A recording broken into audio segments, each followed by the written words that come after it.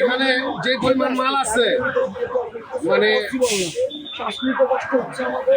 কাজ করা যায় না, ঠিক আছে?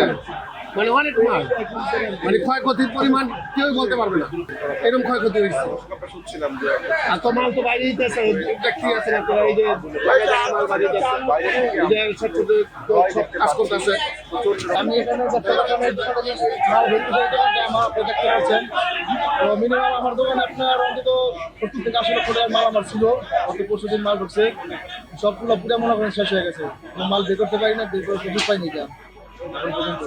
যতটুকু বের করছি এগুলো মনে করেন যে বাকি রেগুলার করতে আর কোনো কাজ হবে না, এগুলো নষ্ট হয়ে গেছে। সুতা ছিল, আপনার কাপড় ছিল, ক্ষয়ক্ষতির পরিমাণ তো এখন পর্যন্ত অনুমান করা যাবে না। যেহেতু মনে হয় এটা হলো আপনার গার্মেন্টসের একটা প্রোডাক্ট আইটেম, গার্মেন্টসের এভরিথিং সব কিছু এখানে পাওয়া যায়। সুতা, এলাস্টিক, জিপার, তারপর আপনার মনে করেন জুতা, তারপর শার্পা, তুলা ইত্যাদি যাবতীয়।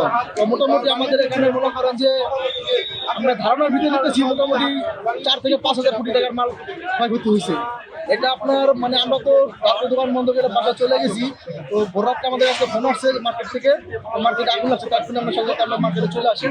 তো আনুমানিক ধারণা করা যায় যে ভোর 4টা থেকে 7টার দিকে মানে আগুন লাগার সম্ভাবনাটা বেশি, 4টা থেকে 7টার দিকে।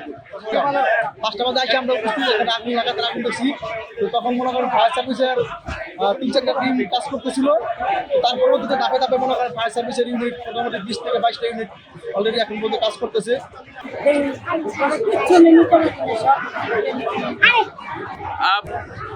ভবনটি কয়তলা?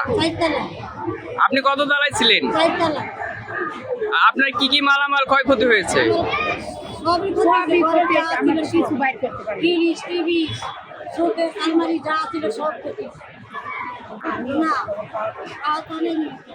আপনি কত তলায় ছিলেন?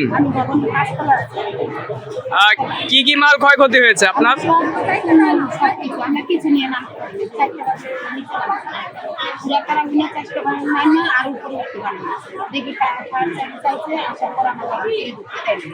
পরিবারের 2 মেয়ে থাকে, স্বামী স্ত্রী।